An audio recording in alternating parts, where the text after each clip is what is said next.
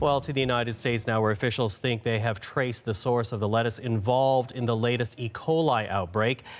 They have pinpointed an area on the West Coast, and efforts are now ramping up on both sides of the border for measures to prevent the outbreak from spreading. With that, let's bring in Megan Roberts. She is tracking the story for us today. So let's begin in the United States. Megan, what are officials there saying?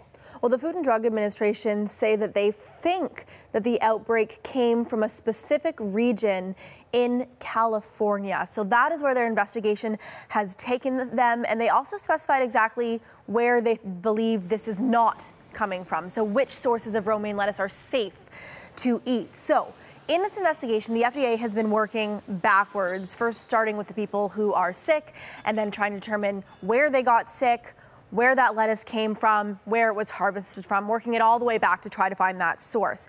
Their preliminary findings are saying that it's coming from the Central Coast growing region. So that is what the preliminary findings of this report are saying, that this product is coming from northern and central California. Now, the same findings are saying that this lettuce coming from outside of those regions is safe to eat. So these are what's called the winter growing regions, including Arizona, Florida, Mexico, and California's Imperial Valley.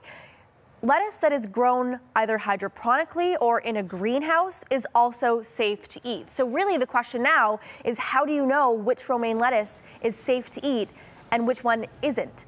And that's what they're working on next, the FDA. What they're doing is they're saying romaine lettuce will be labeled from now on with a harvest location, a harvest date, and it will also be labeled as to whether it was grown hydroponically or in a greenhouse. So people can see where the lettuce is coming from, how it was grown, and know whether or not it was grown in that central California region so that they know it's safe to eat if it was not grown there, Michael. So more labeling, more tracking. What about Canadian officials? How are they responding to that? Well, they've also been working on their investigation. They've been working in cooperation with the United States. And with this information now that's being released by the FDA, they're going to be taking two different steps. So let's take a look at those next steps that the Canadian Food Inspection Agency will take. They're going to be advising the food industry not to import romaine lettuce from these areas in California, so they will not import that lettuce.